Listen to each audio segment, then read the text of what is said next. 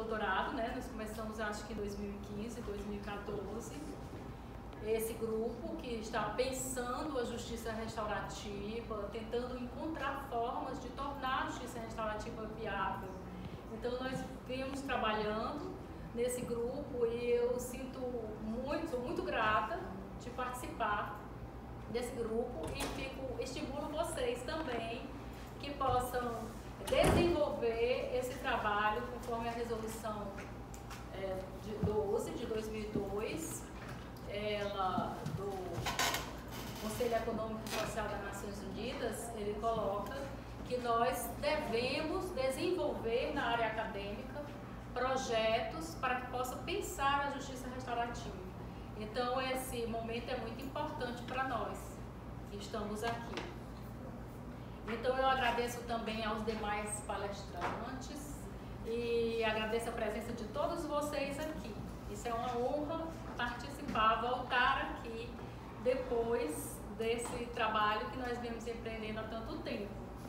Então, gente, o que eu queria colocar hoje é que a justiça restaurativa, ela se tornou para mim um trabalho desenvolvido desde o mestrado. Fiz mestrado aqui, eu gostaria de falar para vocês, porque eu acredito que vocês são alunos de mestrado, doutorado, né, estimular vocês a desenvolver essa pesquisa, porque desde o mestrado, o primeiro contato que eu tive com a justiça restaurativa foi com a obra de Howard Zerr, né, Trocando as Lentes, onde nós tivemos um contato com uma justiça restaurativa aplicada no sistema common law, né, países de sistema common law, aonde a cultura é diferente da nossa, né, aonde o próprio sistema jurídico ele se torna diferente, aonde a comunidade se torna muito mais importante do que a própria lei na aplicação dos casos jurídicos, não é isso? Então, o que acontece é que nós vivemos num sistema civil law onde a lei é extremamente importante para nós, né? Ela é prioridade na decisão judicial. Então, nós somos estimulados a pensar a justiça restaurativa dentro da nossa realidade. E, então, esse amadurecimento que aconteceu desde o mestrado para mim, me fez fazer um caminho. Eu gostaria que o professor Mário Monte estivesse aqui para dizer para ele um caminho aonde ele foi muito importante, assim como o professor Nestor, que me trouxe para uma realidade da justiça restaurativa que nos coloca capazes de contribuir dentro do nosso sistema. Então é essa abertura que eu estimulo vocês a ter, né, no estudo da justiça restaurativa. Então a gente sabe que no nosso país nós temos um sistema penal fechado. Esse sistema penal, como o professor Mário Monte colocou, ele não dá margem à participação da vítima, do ofensor no processo, ao passo que no sistema common law, a participação da vítima, da comunidade, é extremamente importante nas decisões judiciais. E então o que acontece é que há uma abertura imensa da justiça restaurativa. A gente pode dizer, como o professor Mário Monte diz, uma abertura tal, né, que não deixa margem a uma segurança jurídica. Então, dentro do sistema civil law, a gente já encontra o oposto, um sistema fechado, aonde essa participação, essa colaboração processual, ela ainda não existe, assim. Então, o professor Mário Monte, nós fizemos assim, nós estamos nos encontrando nesse caminho, porque eu comecei a justiça restaurativa como um sonho, e eu fui caindo na realidade a respeito da viabilidade dela. Ao passo que eu percebo que o professor Mário Monte também está, assim, vamos dizer, com os pensamentos mais abertos com relação à justiça restaurativa, e nós estamos nos encontrando nesse caminho, não é?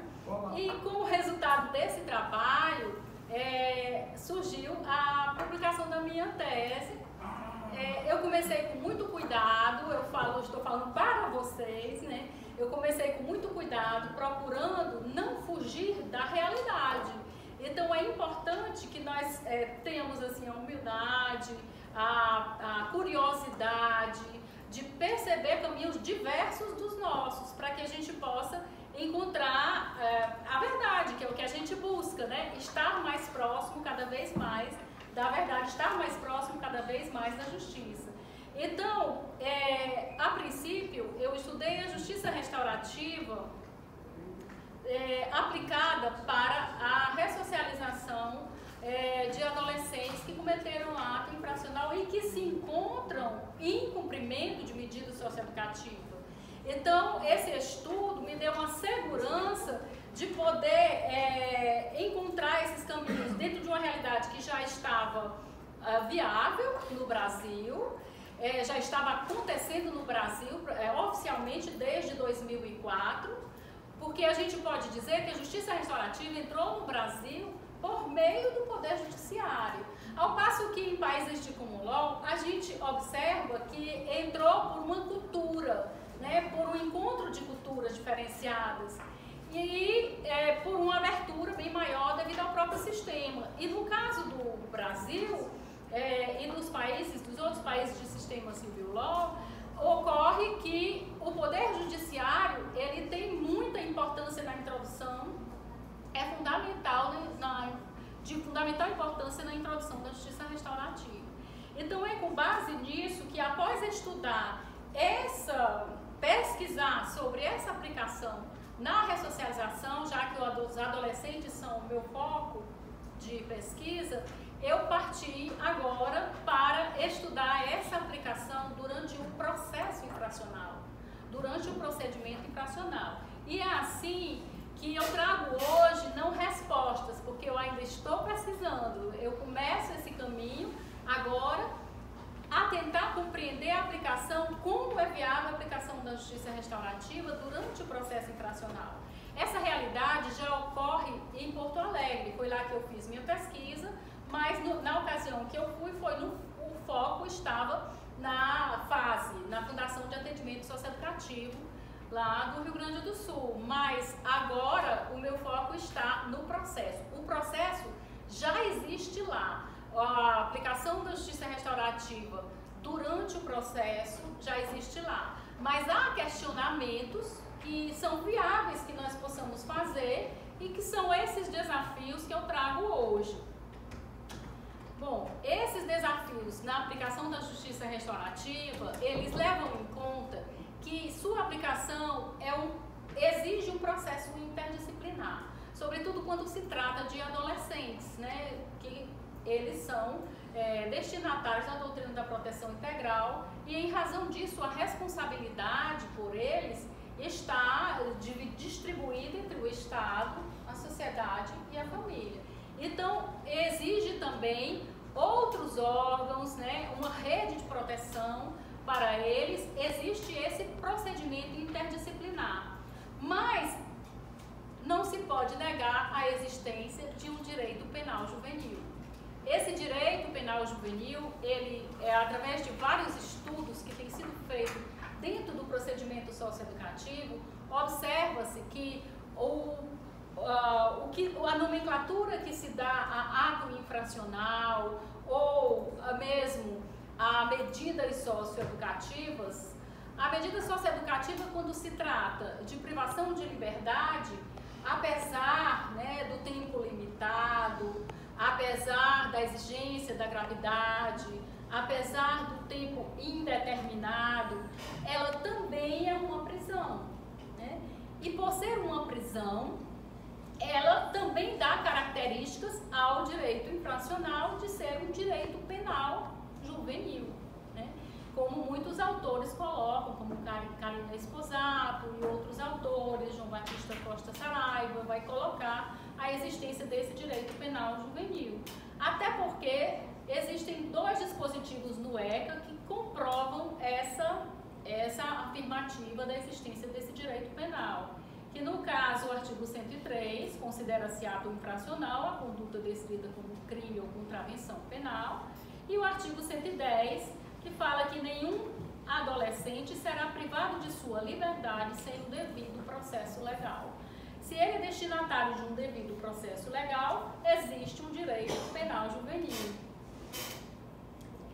Então, isso nos coloca diante de um desafio principiológico ao se pensar a justiça restaurativa aplicada no procedimento ou processo infracional, né? Quando nós observamos a resolução número 12 de 2002, primeiro documento, vamos dizer, que tentou colocar, unificar os procedimentos de justiça restaurativa, estabeleceu parâmetros como os programas de justiça restaurativa podem ser usados em qualquer estágio do sistema de justiça criminal. Depois, no seu número 7, ele vai colocar: processos restaurativos devem ser utilizados somente quando houver prova suficiente de autoria para denunciar o ofensor e com o consentimento livre e voluntário da vítima e do ofensor. É fato que tanto a resolução número 12 de 2002, como também a nossa resolução de 2016, a 225, ela vai colocar como destinatário das práticas restaurativas tanto a pessoa adolescente como o adulto. Então, nesse caso, a resolução também seria parâmetro para o direito penal juvenil e para o processo penal juvenil. Então, exige-se do procedimento penal juvenil, ao entrar a justiça restaurativa nesse momento, né, exige-se que seja comprovada a autoria. Bom, é o que nós vamos ver agora nos estatutos, né? Nesse estatuto nós vamos perceber que quais são os lugares, quais são os momentos aonde poderia ser viável a justiça restaurativa. Como eu repito para vocês, que se trata para mim agora de uma busca que eu coloco e vejo um confronto com relação, sobretudo, àquilo que é o tema da minha colocação aqui: apuração de ato infracional, princípio do contraditório e voluntariedade do acordo restaurativo. É certo que o processo infracional dá para o adolescente o direito ao contraditório.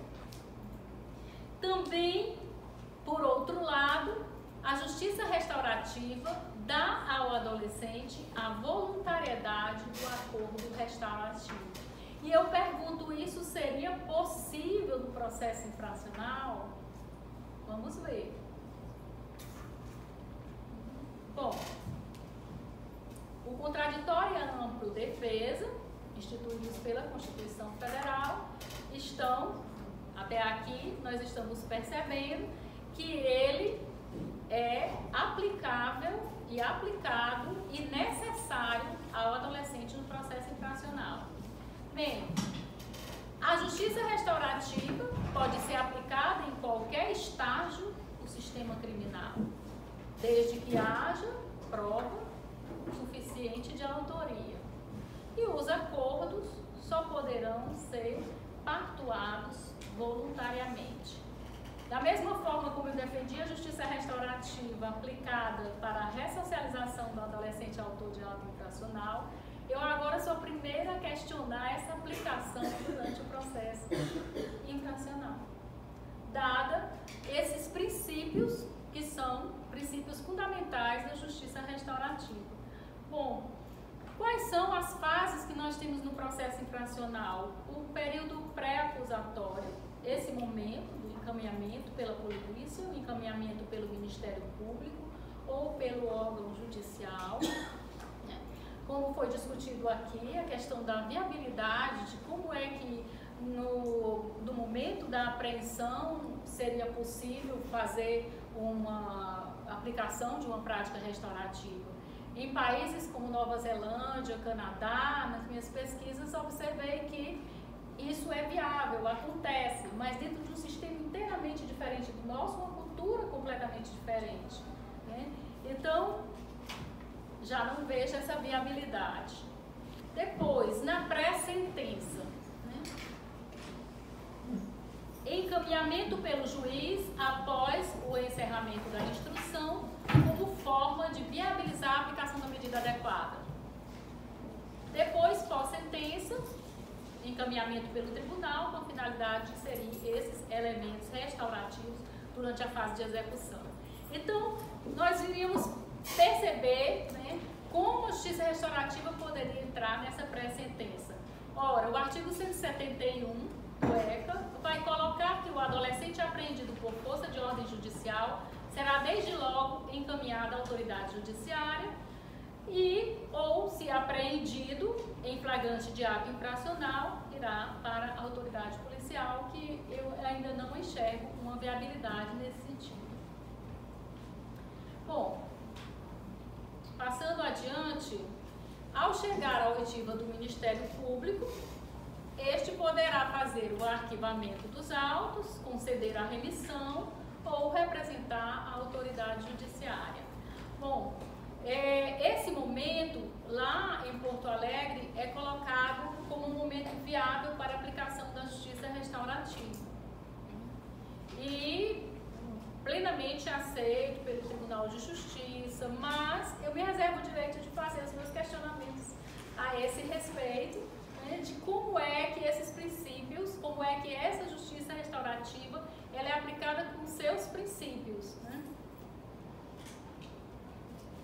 A representação independe de prova pré-constituída de autoria e materialidade. Se a prova de autoria é necessária para a aplicação da justiça restaurativa, como é que ela poderia ser aplicada nesse momento? É um desafio, é um questionamento que eu faço. Bom, a remissão. Comparecendo o adolescente e seus pais ou responsável, a autoridade judiciária poderá proceder à oitiva dos mesmos, podendo solicitar a opinião de profissional qualificado. Esse também seria um momento onde pode-se pensar nessa aplicação. Se a autoridade judiciária entender adequada a remissão, ouvirá o representante do Ministério Público proferindo decisão. Nesses momentos é que nas minhas pesquisas eu observei aonde o juiz pode encaminhar para a Central de Práticas Restaurativas instalada naquele estado ou então o próprio adolescente pode decidir isso junto com a equipe interdisciplinar que o atende naquele momento. E então é solicitado ao juiz essa permissão, é assim que ocorre, e o juiz então ele decidirá se o caso é encaminhado para as práticas restaurativas. Entretanto, após esse encaminhamento e após esse, vamos dizer, acordo restaurativo, o que é que poderia acontecer em termos de influência na decisão judicial? Essa também é uma pergunta ainda sem resposta. Com que base esse acordo terá influência na aplicação ou não da medida socioeducativa? Como a professora Flávia, eu trago perguntas também. Então, antes de iniciar o procedimento judicial para a procuração do ato infracional, o representante do Ministério Público poderá conceder esta remissão. E se iniciado o procedimento, essa remissão poderá ser feita pela autoridade judiciária, ocasionando a suspensão ou a extinção do processo. Até que ponto esse acordo terá influência sobre essa decisão? A autoridade judiciária não aplicará qualquer medida desde que reconheça na sentença estar provada a inexistência do fato, não haver prova da existência do fato, não constituir o fato ato infracional, não existir prova de ter um adolescente concorrido para o ato infracional. Então, esse momento, ele ainda parece não haver comprovado a autoria, não é? Então, mais um obstáculo que se encontra para a aplicação da justiça restaurativa.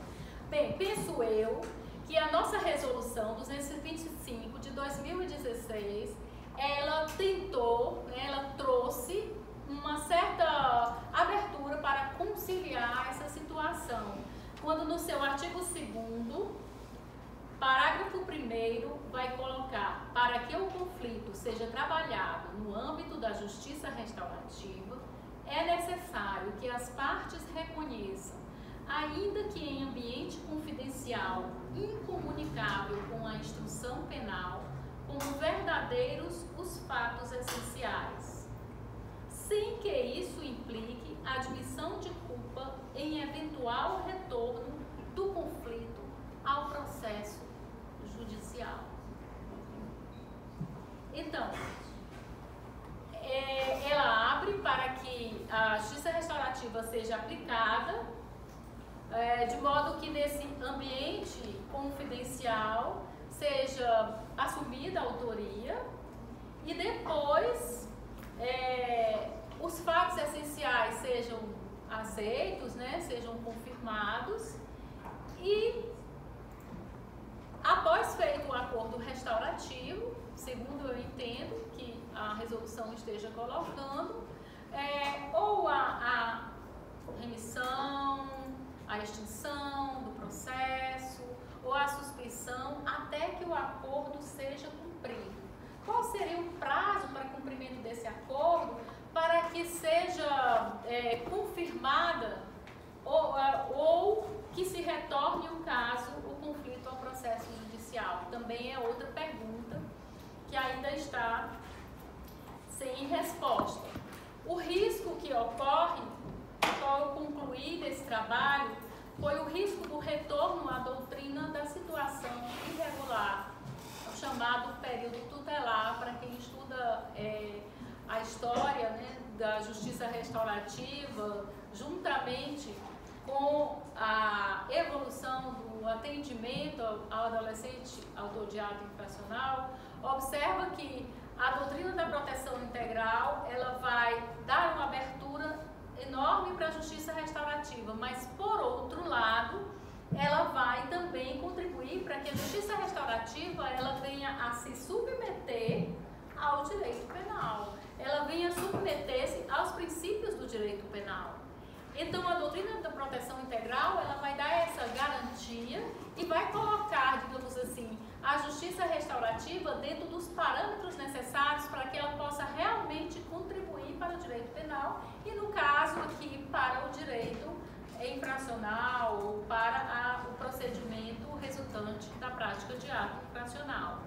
Se não houver esse controle judicial, essas respostas não puderem ser atingidas, corre-se o risco de que a aplicação da justiça restaurativa ela venha a se manifestar como um retorno à doutrina da situação irregular, aonde o juiz de menores, com amplo poder discricionário, poderia ultrapassar a esfera das questões judiciais e socializar a justiça, vamos dizer assim, né?